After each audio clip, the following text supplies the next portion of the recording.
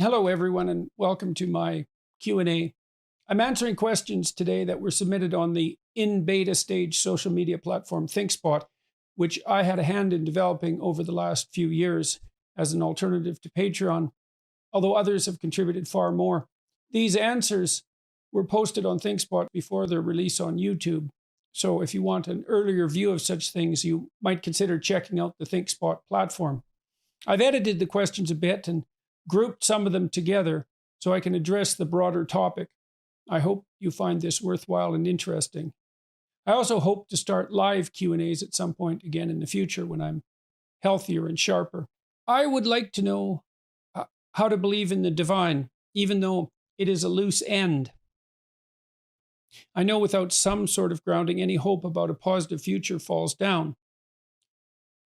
Could you please tell us how your conception of God has changed in the last year or two? And has your wife's burgeoning faith had an impact on this conception? I was rather taken aback when you said in your return home video posted 5 months ago that with the grace and mercy of God, you might be able to generate original material once again.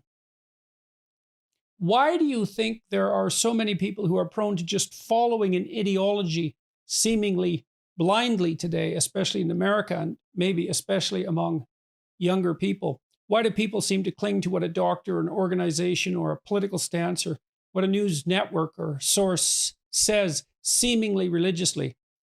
I'm not talking about religion specifically, I don't think, but maybe what I seem to see as replacements for faith or a good family / meaningful life, etc.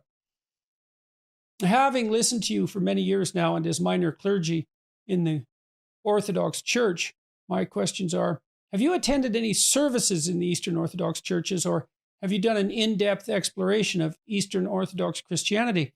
How do you respond to the idea that your personal theology aligns so well with what is taught by the Eastern Orthodox churches? Well, I'm going to try to answer all those questions at the same time. Let's start with the third set. Why do you think there are so many people who are prone to just following an ideology seemingly blindly today, especially in America, and maybe especially among younger people? Why do people cling to what a doctor, etc., says seemingly religiously? Well, I would say that something has to be done with the religious impulse. So, and we could think about what the religious impulse is critically and deeply for a minute. So imagine that you might consider defining the religious impulse as the consequence of the necessity of having a goal at the highest possible level of conceptualization and organization, psychological organization, social organization. We have goals on a daily basis and a weekly basis and a monthly basis, and personal goals and familial goals and social goals. But all of that has to be nested in the broader world of value. Let's say all of that has to be nested within something like, well, what is the ultimate goal? What is the final goal underneath which all of those more proximal goals are subsumed? And that becomes a religious question. I would say by definition, it's an impossible question to answer in some sense, because to provide a definitive answer would mean that we would have to possess the classic attributes of God, at least his omniscience, to be able to finally answer, well, what is it all for? But we're still stuck with the necessity of identifying the highest level goal. And that's really that the identification of that goal was exactly what our traditional religious structures were attempting to do, for better or worse. And they did that with practice and with ritual and with drama and with symbolism and with music and with art and with literature, with dance, all of which are integrated in more archaic communities, let's say. Those were all our attempts to orient ourselves at the highest possible level of being. Perhaps we're all striving to be, at least in our more noble moments, we're trying to be good people ethically and to serve the good, whatever that might be. It's the religious domain that strives to answer those questions at the highest possible level of abstraction. Now, if you lack that answer, if you're divorced from a religious structure, then you have to find a replacement somewhere, because the question isn't going to go away. The question, what's it all for? What should I orient myself toward? Or what should I imitate? Or what should I be in awe of? You're stuck with that. Or even in its negative sense, well, what's the purpose of life anyways? And why bother? And so that can lead you into a very destructive nihilism. And so you're stuck with the problem. And if your culture hasn't provided you with a solution, or you've rejected that solution, or the solution no longer seems tenable to you, maybe because it's fallen prey to a rationalist critique, that doesn't mean the problem goes away. You find a replacement for it, and for better or for worse. Now, the first of the set of questions I grouped together, we'll turn to it, was, I would like to know how to believe in the divine, even though it's a loose end. Well, it is and it isn't. I'll answer that in relationship also to, could you please tell us how your conception of God has changed in the last year or two? Well, one thing I've been thinking about lately is the idea of thought as a dialectical process. So imagine that you posit a question in your imagination. Your life presents you with a question. What should I do today? What would a person do? What should a person do in this situation? What should I do with my life? What should I do with this relationship? And answers appear in the theater of your imagination. Or doubts arise, but something happens. You send out a call, essentially, and you respond, or something in you responds with the generation of an answer, or maybe multiple answers. And in the case of multiple answers,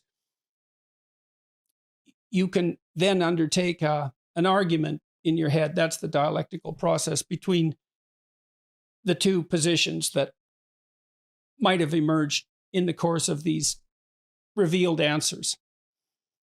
So there's a revelatory element to thought, which is the appearance of new information in the theater of your imagination. And then there's a dialectical element, which is the combat between different revealed thoughts to evaluate them and rank order them in terms of their credibility and applicability. Okay, so now imagine that we have that faculty. We have the faculty for revelation, and we have the faculty for dialectical thought. Now, imagine that you formulate in your imagination, or perhaps your culture helps you formulate, the image of an ideal being. And that might be God as such, but it also might be, say, in the case of Christianity with Christ, or Buddhism with Buddha, or Islam with Muhammad, the idea of a person who's divine in some important manner, which brings the divinity down to earth. In any case, whether the imaginary being in the theater of your imagination is purely divine, God himself, or incarnated in some sense in a human figure, it enables you to produce an avatar of your imagination with whom you can converse. And so you could ask yourself, you can ask yourself such questions as if you're plagued by doubts about what you should do in a situation is, what would you do if you were trying to do the best possible thing? Or what would someone who was always striving to do the best possible thing do? You formulate that question and you might get an answer that this is the proper pathway forward. Now, that doesn't mean you'd be necessarily inclined to implement that. It might be too difficult, or maybe you even might doubt that that's a practical way forward. But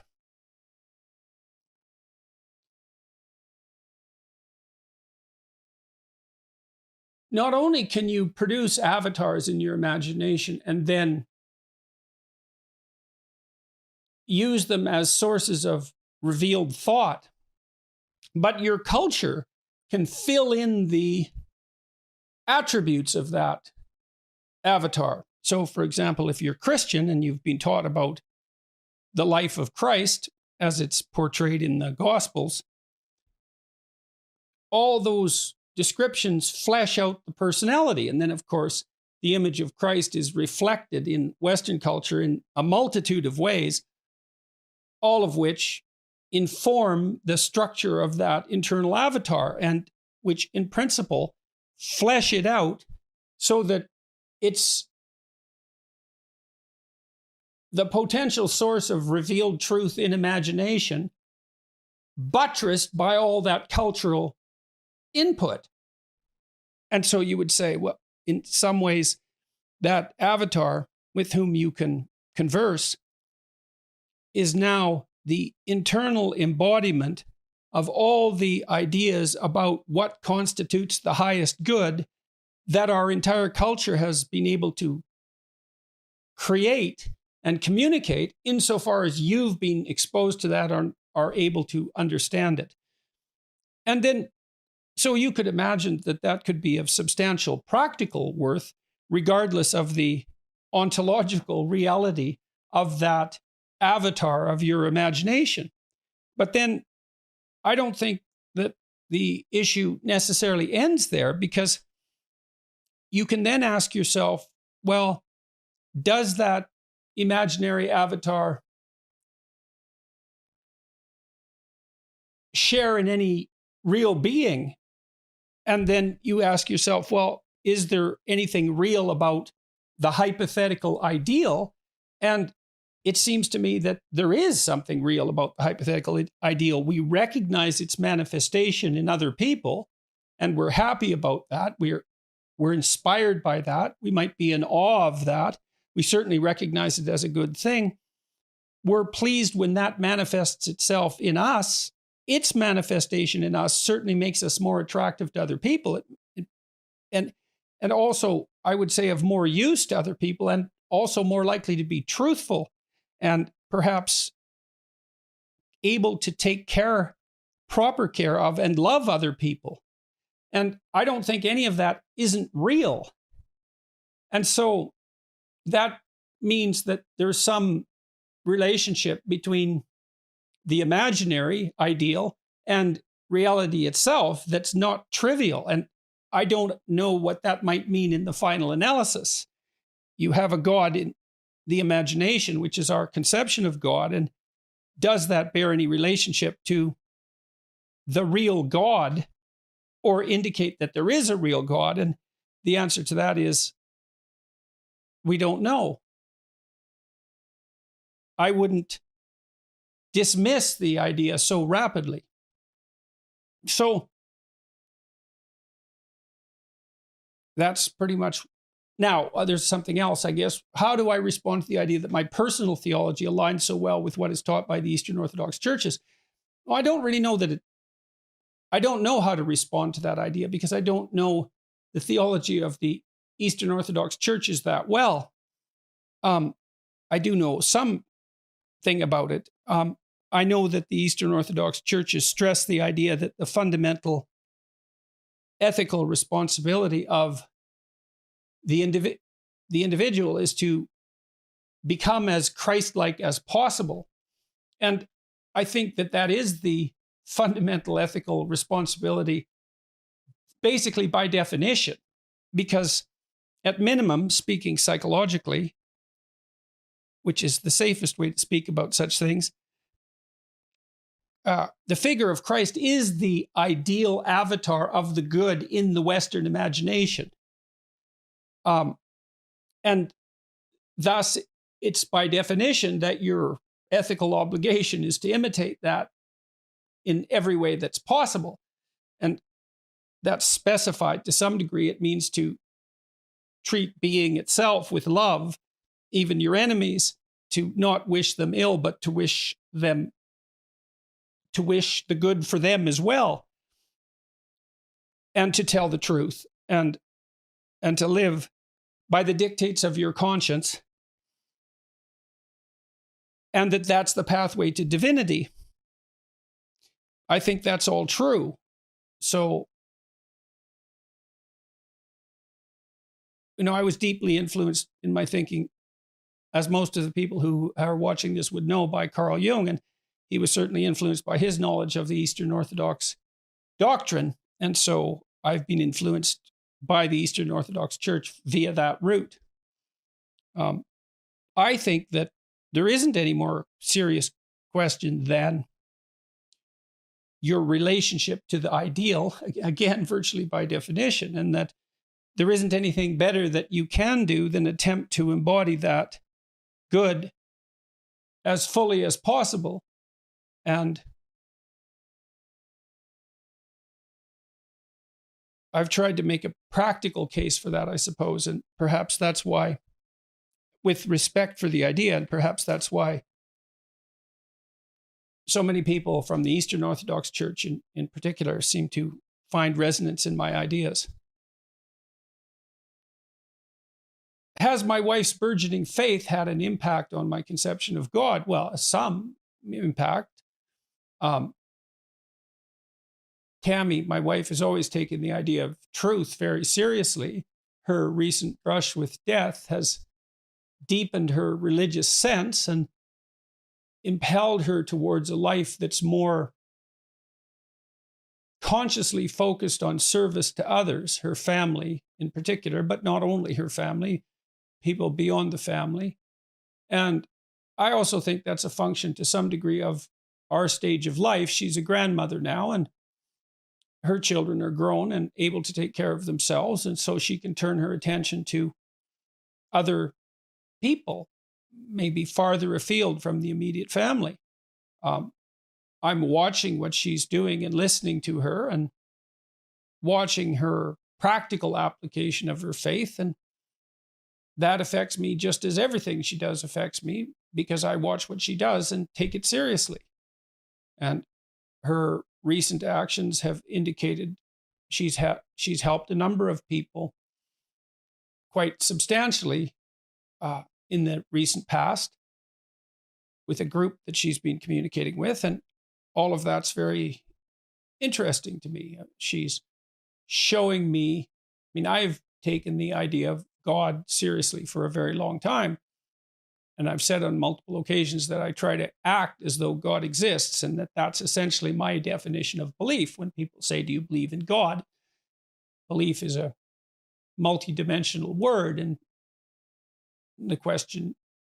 one question is, well, what do you mean by believe? And for me, the proof of belief is to be found in action. And I decided that I would act as if God existed a long while back. And of course, I'm imperfect in that, inevitably. Now she's doing that more explicitly as well. Not she wasn't doing it quite well to begin with, but she's doing it more explicitly and also more within the confines of traditional religious conceptions. Although she's not attending church, she's associating with a number of people who are formally religious, and all of that's informing the way that she conducts herself. So it's watching her do that has also highlighted for me the missing praxis in Western Christianity. If you want to be a Christian, let's say, if you think that's necessary, it's not exactly obvious what you should do. You should go to church, but that's not enough, I don't think. It's she's been involved with well,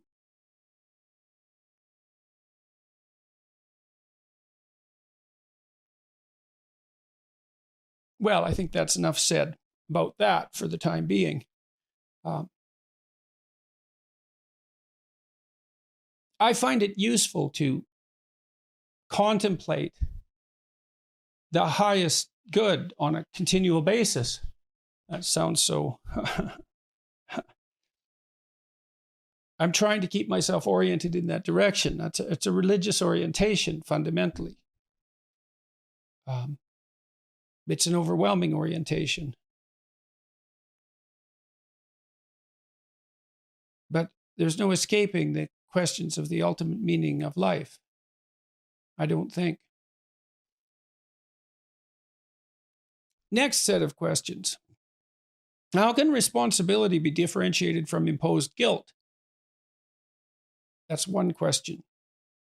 how can one tell if one's inner voice, judgment, or conscience is a healthy one and not a voice that is the result of an unhealthy mind due to past experiences? How do I decide if my inner voice is healthy or not? And how do I maintain it healthily? Now, that's a really interesting question. It's the question of conscience. I continually frequently, let's say, or yearly, asked my personality class attendees if they heard the voice of conscience, if they had a feeling, an emotional state, let's say, or a voice that informed them when they had done something ethically wrong and that perhaps made them guilty as a consequence. And it was essentially a universal experience. And that's the voice of society within, I suppose. That's one way of thinking about it. The Freudians would think about that as the voice of the superego. Carl Jung would take that conceptualization somewhat farther. He would have considered it the voice of the self, which is in part the voice of the ethic that's derived from the broader community, insofar as that ethic is valid, let's say, but also in part the voice of the more thoroughly developed self that's still striving to be born. One thing you could say is that you experience violations of your conscience when you're not acting like the better person that you could possibly become. And so, to some degree, that's your higher self upbraiding you for failure to develop in the appropriate direction. And that seems to me to be a reasonable way of conceptualizing it. Now, the one question might be, how error-prone is your conscience, given that you're not omniscient? And I have an endless fascination with the movie Pinocchio. And part of that is because it taught me something very sophisticated about conscience. In that movie, Jiminy Cricket is given divine attributes. He has the same initials as Jesus Christ, for example. And he is deemed the voice of conscience itself by the magical properties of Mother Nature, essentially. But in the movie, it's necessary for the puppet, who's still wooden-headed and still a marionette whose strings are being pulled by others, it's necessary for the puppet to engage in a dialogue with his conscience, because both of them have to inform the other. And that seems to me approximately right, because I certainly saw people in my clinical practice and know people in my private life who seem to labor under under the dictates of a too authoritarian conscience.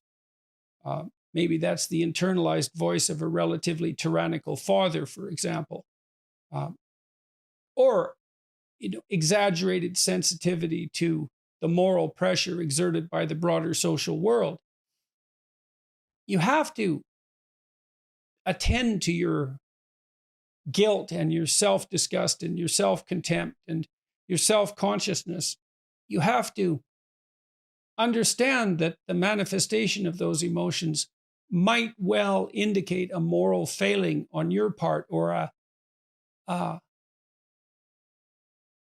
lack that needs to be addressed, while at the same time considering that it is not a straightforward matter to deal fairly with yourself, and you can be too tormented by your conscience, too rigid, too responsible, take on too much weight onto yourself, deny yourself in a manner that isn't sustainable, and so forth, that a moral code, a moral way of being, can become too rigid and inflexible, and despite its putative aim upward, be something counterproductive. I think most of the way out of that, if there is one, is, well, careful thinking. You have to see what your conscience says. You have to see how you respond. You have to capture that voice and your responses, and you have to think it through. But most of that is done in dialogue with other people rather than as the consequence of internal thought.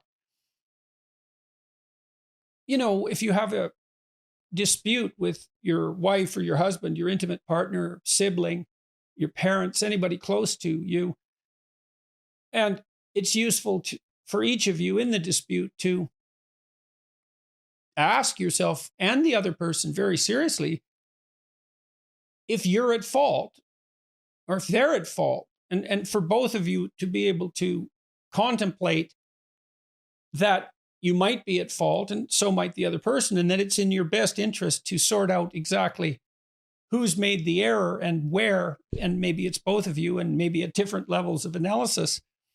I think the same might be said about your reaction to your conscience.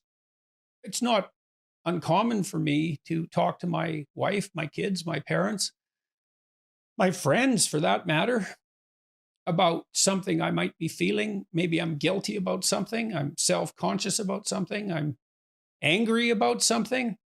I feel impelled by my conscience to do something as a consequence, to change something. It's very helpful to discuss such things with other people, to say, look, here's what I think I did wrong, and here's how I'm punishing myself, but I'm not sure that I'm not doing it in an exaggerated way. And you gather other people's opinions and listen to them carefully. And friends are extraordinarily useful in that regard. And that can help you calibrate it. So I think most of what we do to decide if our inner voice is healthy is discuss it with other people. And I believe, as I pointed out in my last book, explicitly, that tremendous amount of our sanity is maintained as a consequence of social interaction.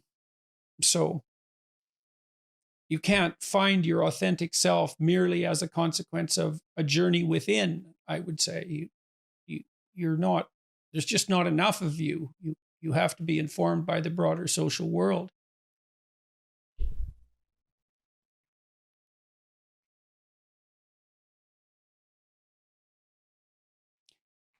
There's more about that too. How can responsibility be differentiated from imposed guilt? Well,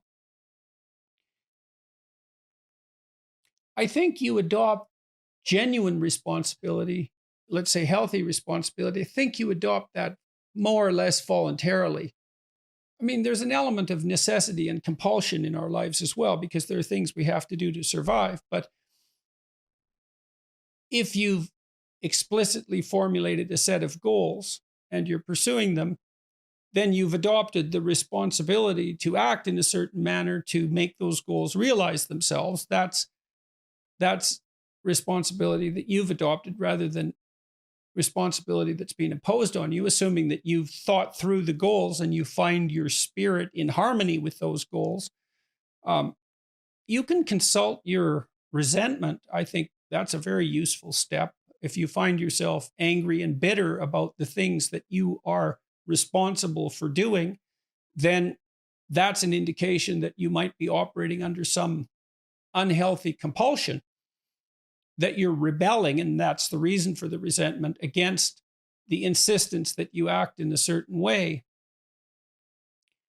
Although it's also possible that you're just immature and that you're rebelling against the discipline that's necessary to attain the goals that you genuinely do want to attain and that are valid, and that you are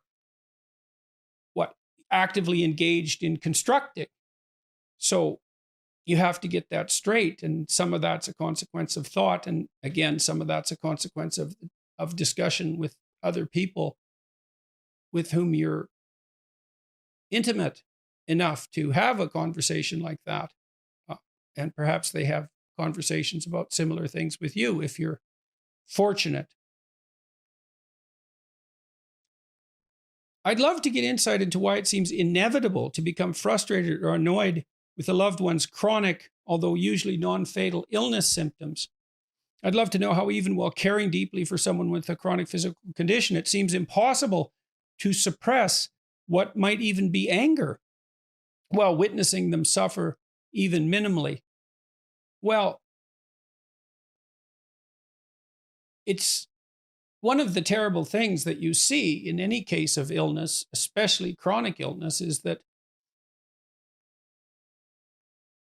the person with the illness is often blamed for the problems that the illness causes.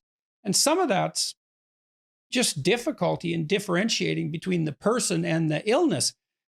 When my daughter was ill with rheumatoid arthritis, she had to sleep a lot, 16, 17, 18 hours a day. And even during her minimally awoke times, she was likely to nod off. And that made getting her to school and so forth quite difficult. And it was very challenging to not be morally judgmental about that. When she was a teenager, it's often difficult to get teenagers out of bed. And it was just very challenging to differentiate the illness from the person. And it's very helpful to have other people around you under such circumstances so that you can discuss the issue. Of course, you can always discuss it as well with the person who's ill. And I talked a lot to my wife about such things, and to my parents, and also to my daughter and to my son as well. All of us were trying to calibrate this properly. Her as well, because she didn't want to add misbehavior to the list of illness symptoms. We told her not to use her illness as an excuse ever, because then she wouldn't be able to distinguish between what she could do and what she couldn't do. If she used her illness as an excuse, that was a difficult job of discrimination for her as well. And then I would say, well, you get angry because you're upset about the fact that the world's unfair and tragic. So there's an existential level there too. It's so heartrending and burdensome to note that the universe is constituted so that people you love suffer unreasonably and unfairly and constantly and often without relief. And that anger can easily, imagine that manifests itself as a general irritability that makes you more susceptible to being angry with the person who's ill and with all the other people in your life and with yourself as well, with everyone. It's best, to the degree that it's possible, to dispose of that generalized resentment, because justifiable as though it might seem, it is not. I've never seen it to be helpful. Shaking your fist at God is not a constructive way of dealing with the world, even though it does appear that there are plenty of reasons why such shaking might be justified. It's not a place that the human soul should go. And then the third factor that's important, I would say, is that if you find yourself angry when you're in the position of chronic caretaker, it's really possible that you need more help.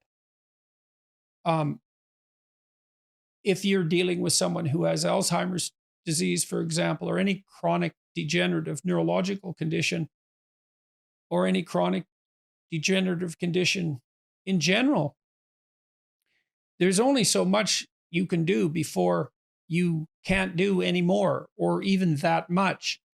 And it could be, assuming that you're reasonably well constituted and reasonable, that you're being called on to deliver more than you actually can sustain across time.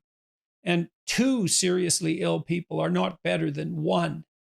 And so if you find that you're resentful and angry and therefore lashing out at the person you're taking care of, you might ask yourself whether it's time to do whatever's necessary, if that's possible, if you have the luck and the resources, to bring in more help. If you're in it for the long haul, it has to be sustainable. And you can't ask yourself to continually do the impossible.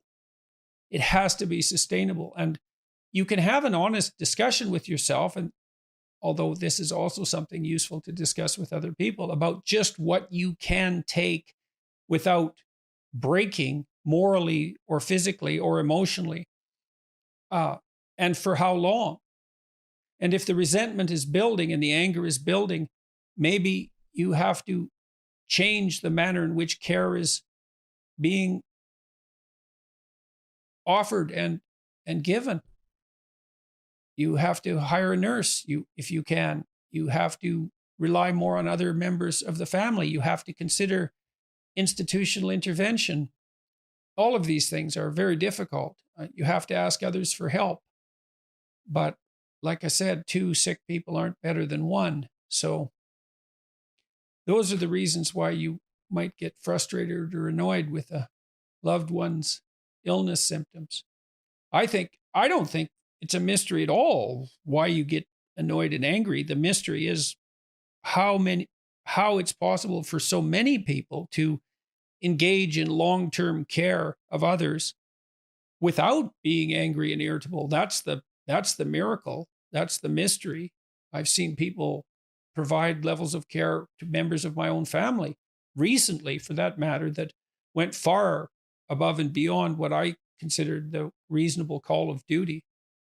So, and I would say too, don't torture yourself too much if you find yourself being angry or annoyed at a loved one's illness. I understand why you would think that that's a terrible thing, and it is in some sense, but it's also virtually inevitable for the reasons I just described. And you do what you can to keep it under control, and you also learn as clearly as you can what you can tolerate and what you can't. So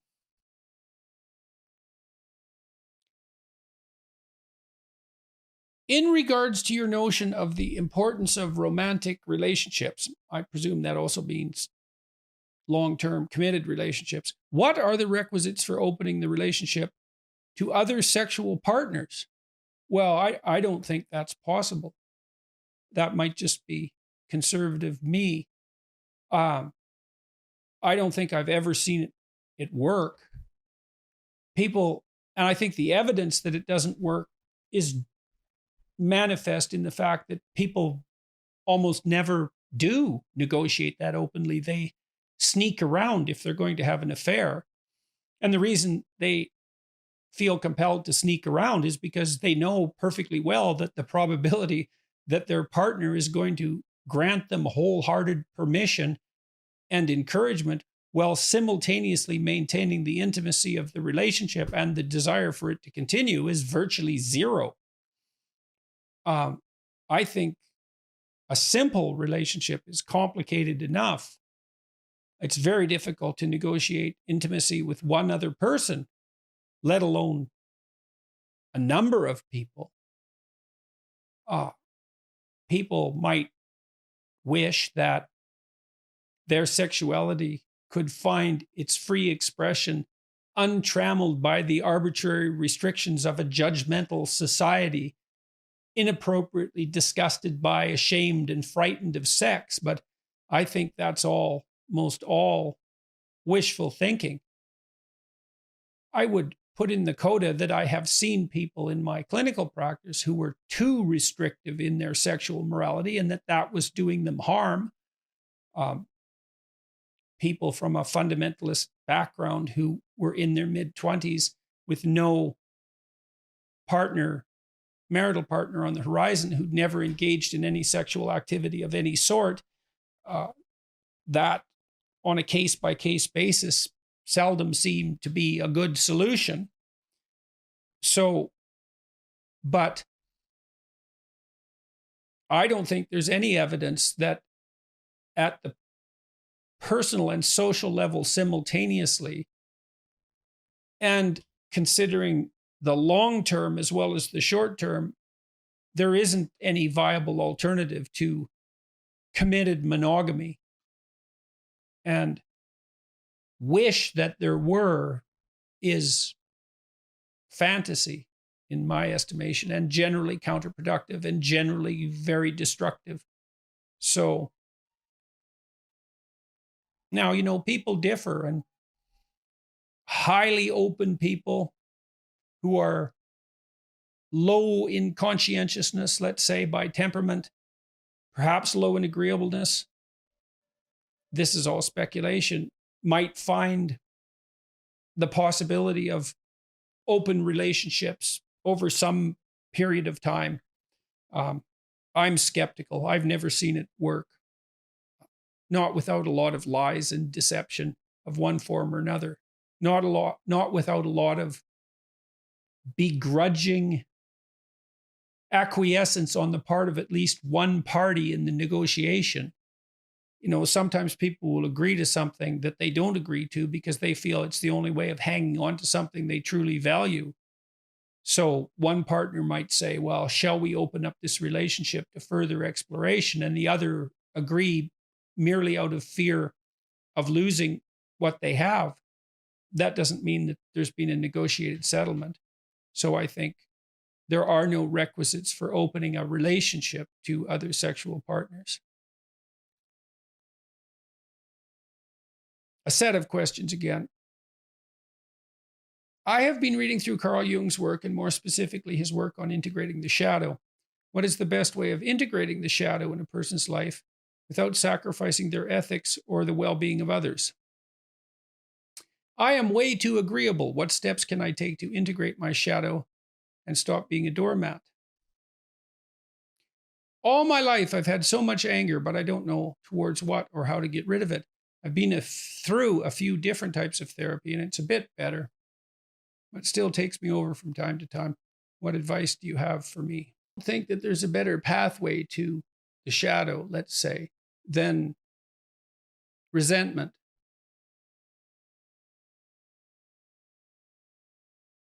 If you're feeling resentful about something,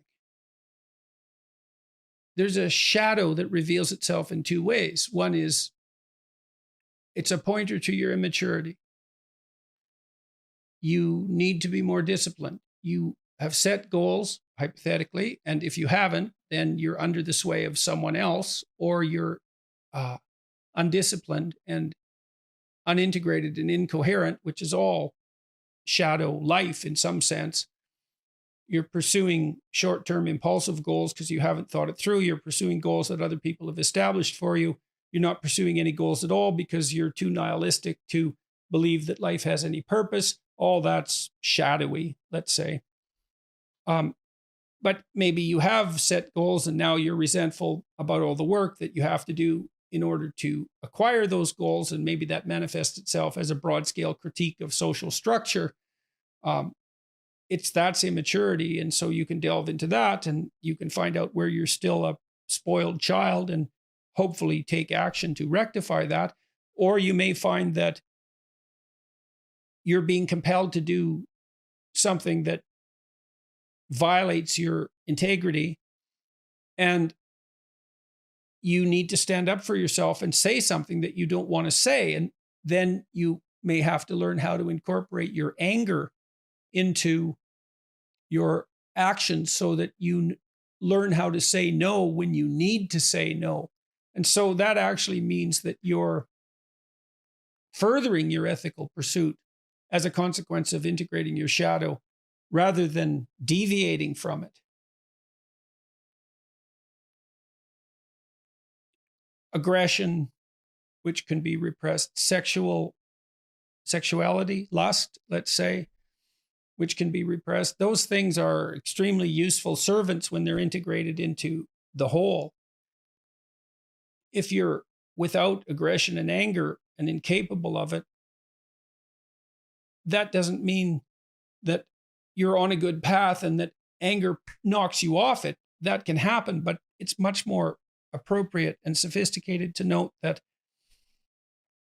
the probability that you're going to pursue a higher good is magnified by your integration of all your emotional and motivational states, even the ones that can cause a tremendous amount of trouble when they're left to manifest themselves in isolation.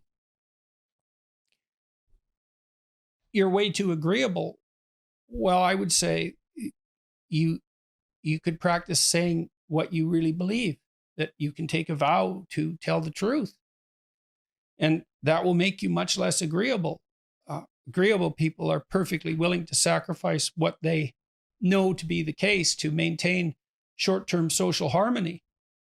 And it's not so much that they repress what they think, it's often that they don't even allow themselves to fully realize what they think. So, commitment to the truth can make an agreeable person, will stop an agreeable person from being a doormat. I mean, if you're in a relationship and the person is irritating you with something they've done, you might be highly motivated not to say anything about it because you want to keep the peace. You don't want to upset them. You don't want the conflict. That's all characteristic of high agreeableness. But once you decide to tell the truth, then if you're annoyed, you don't get to hide it. You don't get to assume you're right. You don't get to grab the person by the shirt collar and say, look, I'm annoyed and you're wrong. You get to say, I'm irritated about this situation and I need to think through that irritation to find out if I have a problem or if you have a problem, or if we both have a problem, or if it's a different problem altogether. But you can't hide the fact that the problem has made itself manifest.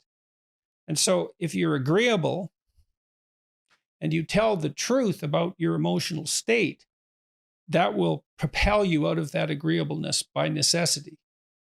So, with regards to anger, I don't know towards what or how to get rid of it. Well, something a cognitive behavioral therapist might recommend is for a week, and maybe this is already a therapy you've been through, but this exercise is generally quite useful. First, you have to note when you're angry and admit to that, and maybe you have to practice that. So you have to decide, I'm going to pay attention, I'm going to see when I'm angry, and I'm going to admit to it, at least to begin with, without judgment. I'm just going to observe it. I'm going to allow myself to observe it. Then you have to allow yourself to see what angry thoughts you have. And you can ask yourself that. What angry thoughts do I frequently have? They'll likely come to mind, maybe many of them. You can jot all those down. Those are ones you're familiar with. And then you can notice when you're angry and you can ask yourself, well, what am I thinking right at this moment? What angry thoughts am I thinking? And some of them might be quite shocking. You might also manifest themselves in destructive fantasies. You know, maybe you have a fantasy of grabbing somebody by a shirt collar and pushing them up against a wall, or dumping, hot coffee on your boss, or some impulse towards aggression that might manifest itself as a flashing fantasy. And perhaps one that you're shocked by and don't want to admit. You don't want to admit to the existence of it, but you need to see what's happening first in your own imagination if you're going to cope with it. And it's also possible that a fair bit of the anger that you have is actually useful if you could just find out what it is and what it's directed toward. So the first tack is to explore the anger. What gives rise to it? What situations give rise to it? What people give rise to it? What are you doing when it happens? And what is the phenomenology of the anger? How does it make itself manifest in image, fantasy, and thought? And then now you have an anger inventory. Is anger in this situation warranted? What steps do I have to take in order to become less angry? And sometimes that might be an adjustment of an internal psychological adjustment. Sometimes it might require changes in the world. Maybe you're in a relationship that's oppressive and you have been for a long time. And the way to fix that isn't to adjust your attitude, although it could be, but it might be that it's time to get out of the relationship. And so differentiation. When are you angry? What elicits it? Why are you angry? Who are you angry at? What are the nature of the angry thoughts? What are the nature of the angry fantasies? All of that. You have to get that out where you can see it. And you have to walk through it. And you can do that by yourself. You can do that while writing. You can produce counter thoughts. So if you're angry about something, you could outline the reasons why anger is not productive, or you could outline the reasons why it's productive and the reasons it's not productive for a full exploration of the issue. So then I would ask you too, if you're angry all the time, is, well, are you depressed? Have you been evaluated clinically? If this is a major problem, is it a manifestation of depression? Because anger is an underdiagnosed symptom of depression. Do you have well thought through goals and plans and strategies? All of that. That's a more comprehensive evaluation of your entire life. And maybe you have something to say or do that you're not saying or doing. It's highly probable. Most of us have that problem. Do you have sympathy for the left politically, particularly the Marxist or group identity focused types? I feel like the left has a point. And a lot of leftists, many leftists, have their heart in the right place, even though they may be misguided in some aspects of their thinking. Well, I have plenty of sympathy for the left. The left speaks, when it's speaking appropriately, for the dispossessed. And there's an unequal distribution of talents and resources in the world. That doesn't mean that that's all a consequence of inadequate social organization, but it's nonetheless a painful fact. And people who are relatively powerless, let's say, or who are relatively deprived, need their voice as well. And the left can do that. The leftists that I've met, who I've admired, were people who genuinely had the interests of the working class uppermost in their minds. And they were usually trying to facilitate the ability of working class people to move forward in the world and to negotiate as well, rather than focusing their attention on punishing the hypothetical oppressors. So, yes, I have sympathy for the left. I also understand the temperamental advantages of people on the left who tend to be higher in creativity and lower in orderliness. They're more entrepreneurial in their essential orientation to the world. They're more favorable to the free flow of information at the cost of the borders that divide things. And that's a valid point, because the free flow of information has utility, even though borders and boundaries also have utility. And so hence the utility of the right.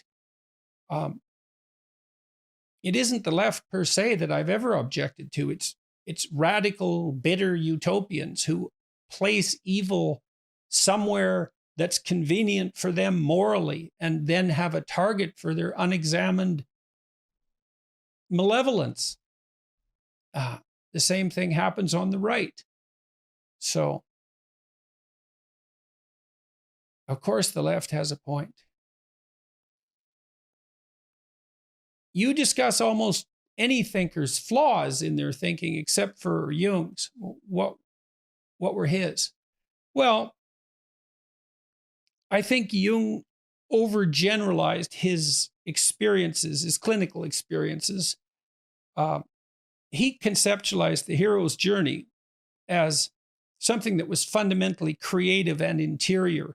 And I think that that's probably true only for people who are really high in trait openness, who are creative. And I suspect that Jung attracted a tremendously disproportionate number of creative people to his practice, given the nature of his personality and his interests. I've found in my own practice that when I had creative people, they were very inclined towards the discussion of literary themes. They framed their life in literary terms. They were prolific dreamers, very interested in dream analysis. They enjoyed a literary approach to life.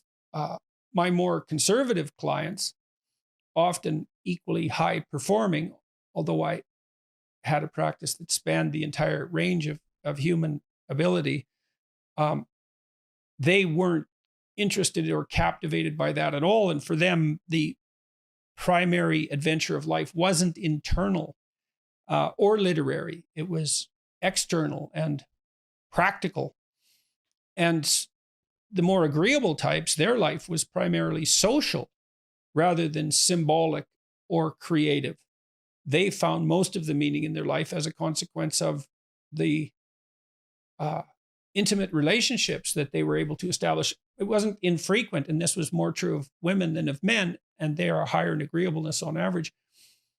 I had conscientious clients who would frame their life in terms of their accomplishments, their career accomplishments. That's how they parsed their life up temporally. First, I was in school, and then I went to university and I studied this, and then it was all achievement oriented. Whereas the more agreeable types, they would say, well, when I was 12 years old to 14, I had this relationship, and then I moved to this relationship, usually the intimate relationship, so sometimes familial, framed their life that way. Jung was introverted and highly, highly open.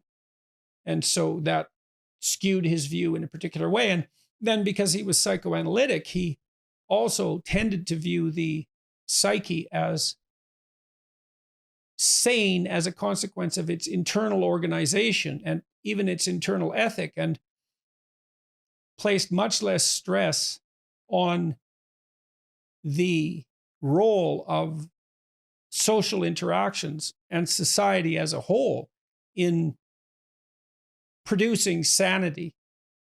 A sane person is not only organized internally, but they're integrated with their society. And the internal organization actually reflects the social organization. They mirror one another. And although Jung, being a very sophisticated person, of course, knew that social adaptation was necessary, it was more his colleague, Alfred Adler, who was more politically on the left, by the way, as well, who concentrated more on the interpersonal aspects of life and the role of socialization in the maintenance of, and the maintenance of intimate relationships, say, in relationship to sanity. That's not stressed much in Jung. If you immerse yourself in the Jungian world, you'd end up convinced that we were all creative religious mystics, and that was our essential destiny if we were going to realize the highest reaches of our being. And there's some truth in that, but there's also truth in the proposition that you can find your pathway as an agreeable person in your relationships, or as a conscientious person in your duty. A Jungian might argue that all that still has to be nested in something transcendent at the outer reaches of personality. And I suppose that's possible, but that's what I would say with regards to the limitations of Jung's thinking. It's also the case that although he identified at least one of the major personality traits, extroversion, although the modern version of it is somewhat distant from his original conceptualization, he didn't notice that one of the major personality traits was neuroticism, the tendency to feel negative emotion.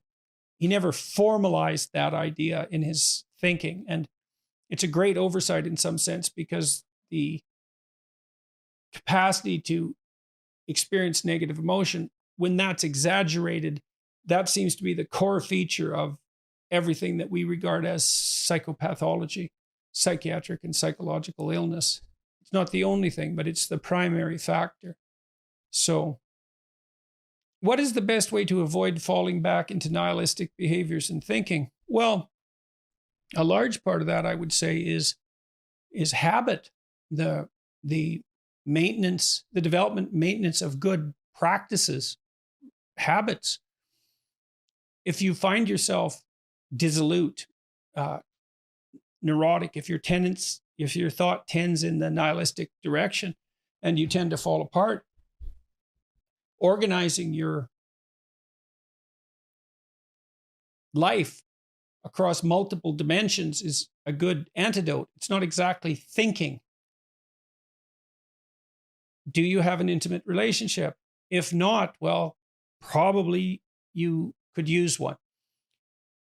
Do you have contact with close family members, siblings or children or parents, or people who are even more distantly related? If not, you probably need that? Do you see your friends a couple of times a week and do something social with them? Do you have a way of productively using your time outside of employment? Are you employed? Do you have a good job, or at least a job that is practically sufficient and that enables you to work with people who you like working with, even if the job itself is mundane or repetitive or difficult? Sometimes the relationships that you establish in an employment situation like that can make the job worthwhile. Have you regulated your response to temptations, pornography, alcohol abuse, drug abuse? Is that under control? I would say differentiate the problem. There's multiple dimensions of attainment, ambition, pleasure, responsibility, all of that make up a life. And to the degree that it's possible, you want to optimize your functioning on as many of those dimensions as possible. You might also organize your schedule to the degree that you have that capacity for discipline. Do you get enough sleep? Do you go to bed at a regular time? Do you get up at a regular time? Do you eat regularly and appropriately and enough and not too much? Are your days and your weeks and your months characterized by some tolerable, repeatable structure that helps you meet your responsibilities, but also shields you from uncertainty and chaos and provides you with multiple sources of reward? Those are all the questions that I would decompose the problem into. The best way to avoid falling back into nihilistic behaviors and thinking. How can you tell if the person you're in a romantic relationship with is the right person to spend the rest of your life with? You can't.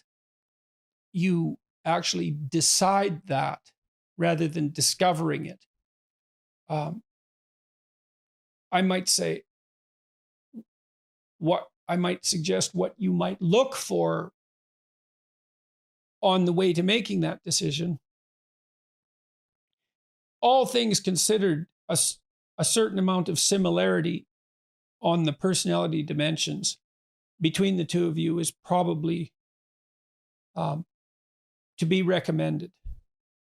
If you differ tremendously in trait conscientiousness, one of you is going to find the other unbearably rigid, orderly, and workaholic oriented, and that person is going to find you dissolute and undisciplined. And those are temperamental differences, and if the gap is large, it's hard to bridge it. Agreeableness, it's the same thing. The warmer person will find the colder, harsher person cruel and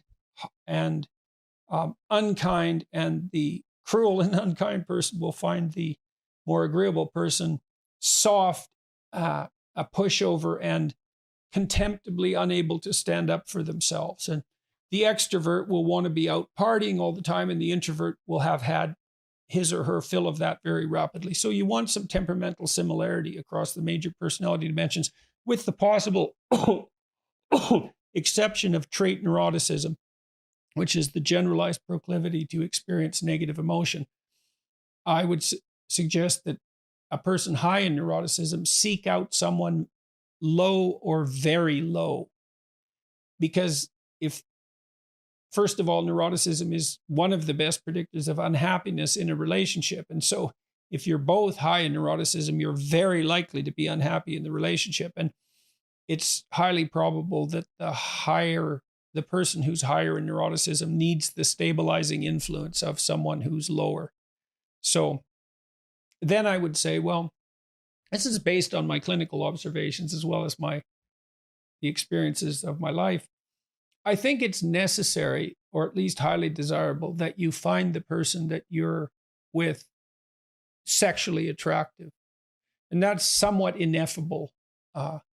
You can be confronted with two people who are, by objective standards, equally attractive or perhaps equally unattractive, and find yourself very physically attracted to one of them while the other one will leave you cold. And that's a deep mystery. And I've seen couples who get along as friends, try to bridge that romantic gap by will.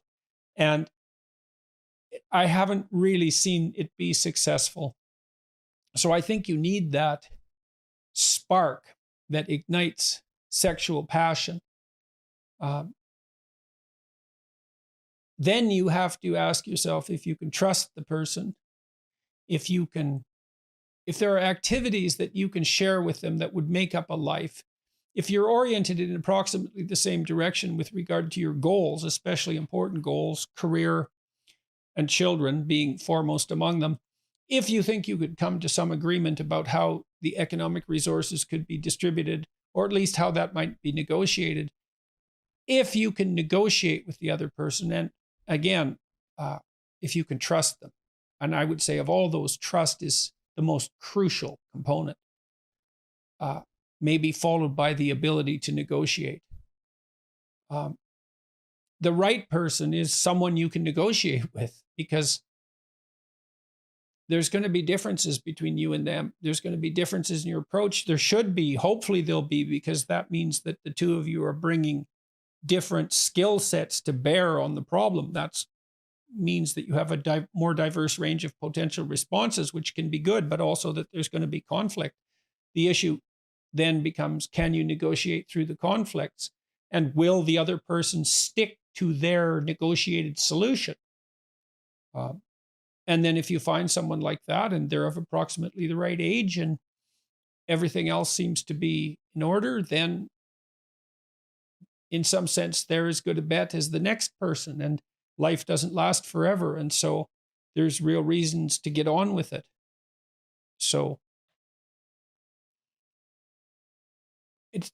you have to understand that even in the best relationships are predicated on attraction, trust, and negotiation. And it's constant. You're constantly negotiating to maintain the relationship, to expand it. And you don't find the right person and live happily ever after. That life is far too complicated for that. Does the intellectual dark web exist? Did it exist? Does it exist now? Do you believe there is something that has or needs to emerge to replace it? And with you back to your normal self, such as that is, what do you think the IDW members should be doing now? Well, I think the IDW was more, did it exist? Well, I get parodied for saying this all the time, but it depends on what you mean by exists. No, in that the people who were nominally part of that group had never come together and said, we're part of a group.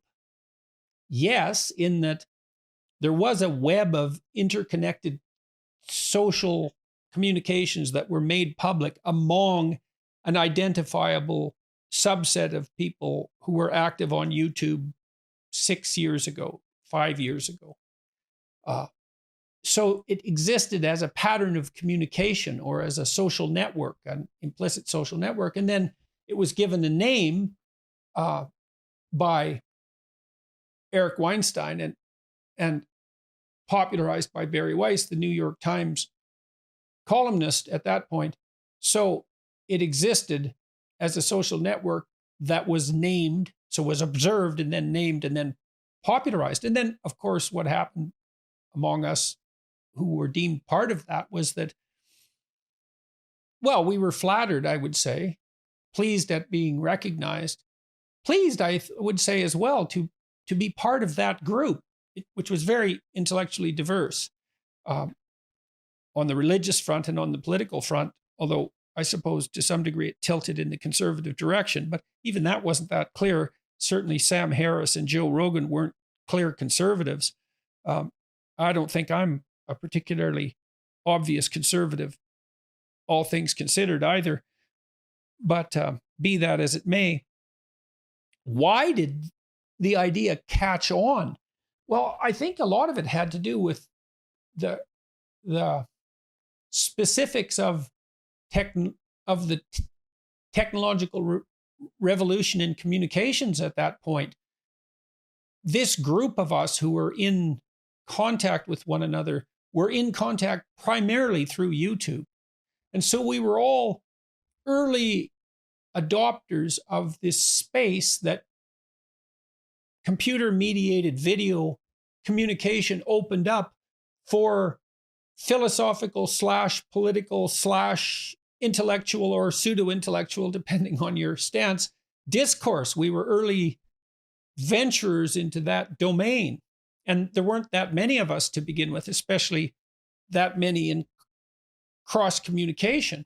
And so the IDW name stuck in some sense because it did give a terminology to an emergent phenomena that was new and different. It was the development of the alternative media that has now become widespread, that was oriented around long form conversation, which is a revolutionary concept, especially as well as revolutionary technology, that you could engage in free form communication around a set of questions or about a specific topic and broadcast that publicly without any real editing, without any real a priori structuring. I still think that's completely revolutionary.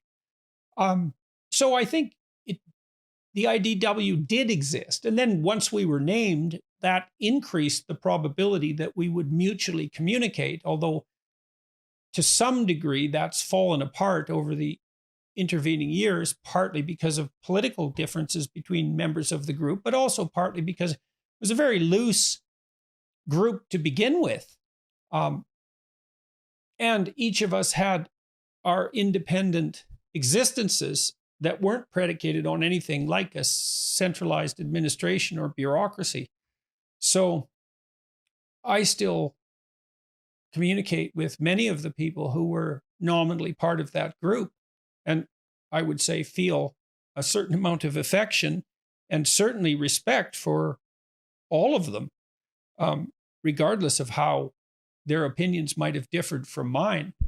I mean, I had a sequence of conversations that I felt were highly productive from the purely personal perspective with Sam Harris, and it was never obvious to me that I was completely right and he was completely wrong. These were very complicated issues we were trying to hash our way through, and it was certainly worthwhile to have made the effort and to have done it publicly, and other people seem to also found that useful. What should the IDW be doing now? Well, they should continue doing what they did well, and many of them are. Brett Weinstein has a very good podcast, and Ben Shapiro's media empire keeps growing as he incorporates canceled people in.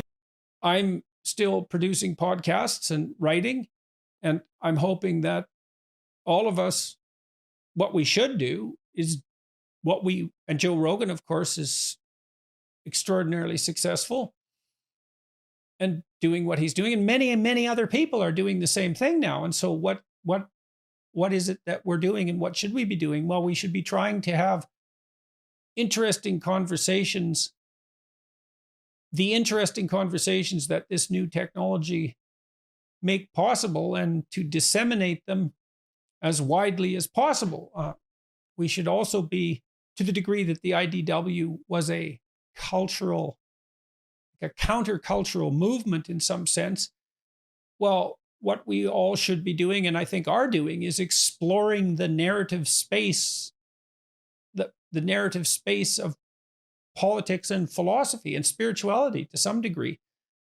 We're trying to tell different and hopefully better stories, and to help other people enact those stories, understand those stories, and enact them to the degree that they find useful. And so what should we be doing? Well, we should be trying to make things better and telling the truth while we're doing so. And I do think that was, in the main, something that characterized all the members of the IDW, is that they were committed to the truth in their speech and in their mode of being, in their exploration.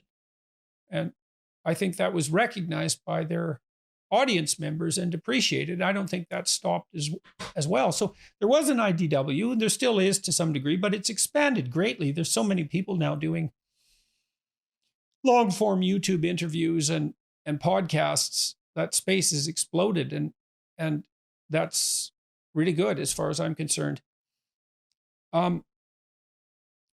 That's associated with another question. How significant a role do you think social media has played in the disintegration of the political discourse in terms of how it enables people to form echo chambers, and also for the social media platforms such as Twitter engaging in censorship favoring their vested interests? Well, social media, I think, has played a big role in broadening the political discourse and bringing it to a much broader, and bringing it to a much wider audience, and changing the way that political discussion takes place. YouTube in particular, and podcasts, and I think that's all to the good. Political discussion no longer comes in the form of discourse generated from on high. It's become democratized, and I think that's better. It looks to me like it's better. I think the new media forms allow for deeper and more precise truths. There's no bandwidth limitation. You can expand on ideas indefinitely. You can allow the conversation to go where it will. You're rewarded for honest, engaging conversation. There's no administrative or bureaucratic intermediation. I think that's all good. It does face us with the problem of what to do with an overwhelming plethora of ideas. But there are worse problems than that. I don't think there's any evidence that social media has actually produced increased tendency for people to exist in silos. I know that's a popular conceit, but research that I've looked at suggests that it's not really the case, that people are not more, they're not in a mirror chamber now as a consequence of social media any more than they were when those forms of discourse didn't exist. In terms of Twitter, etc., censoring, well, that's obviously a problem. So far, it hasn't become a fatal problem, and I think I'm hoping that the forces of innovation and diversity in terms of technological development will always stay one jump ahead of the more censorious types. It's certainly the case that the IDW, such as it is, has not been censored to the point of threat, although that has happened in some instances. And I'm not trying to make light of that. I know it's an important problem, but I don't see that it's dire, that the state is dire. Or more that I don't see that it's irreversible. I think that this opportunity for free dialogue, the long form platforms like YouTube and podcasts, is a very powerful counterforce to whatever sensorial tendencies might exist. Can I see a way forward from this that is positive? Sure. I hope that people venture out on that. I hope that people take responsibility at the individual level, that they do what they can to orient themselves so that they're working for the betterment of things consciously, and note their counter tendencies. I understand that because life is so difficult, it's easy to become bitter and cynical and to work to make things better, and to find yourself facing something within that's compelling you to do precisely that. It's part of the eternal battle between good and evil that goes on in the human soul. It's not trivial, but you can attempt consciously to orient yourself to the good and to tell the truth, and use social media to facilitate that. And insofar as we're all doing that, things are going to be better rather than worse. I mean, I see quite frequently on the comments section on my YouTube channel, when there's a particularly positive discussion. I had one with Akira the Dawn recently that was marketed for this, and also with Chris Williamson, and most of the others with Russell Brand. Happens to after virtually all the conversations I have with people, by the way, but those three particularly, the comments, and there's thousands and thousands of them, are all incredibly positive. Even when a comment is generating replies, not only are the comments positive, but the replies to the comments are in the main overwhelmingly positive. And so my observation has been that if you engage people in a meaningful and truthful manner about something interesting and important, and you explore that and you bring them along for the ride, and you do that with respect, and you do that as part of the audience as well as, the voice from on high, then that's a very positive experience for everyone who's involved, the discussants as well as the audience members. And that all pushes strongly against malevolence and deceit and bitterness and cynicism and corruption and political polarization and all of that. So that's the way forward. It's like love and truth. That's the way forward. Meaning, the pursuit of meaning. That's the way forward. And there isn't anything more powerful than that. Perhaps you could throw beauty into the mix, although it's not so obvious how that's related to, a YouTube discussion specifically. I suppose there's elegance of speech and cadence and rhythm and poetic discourse and that's all beauty. So yes, there's definitely a way forward. Be a good person. That's the way forward. Be the best person you can. That's the way forward. Everyone knows that. Everyone knows that.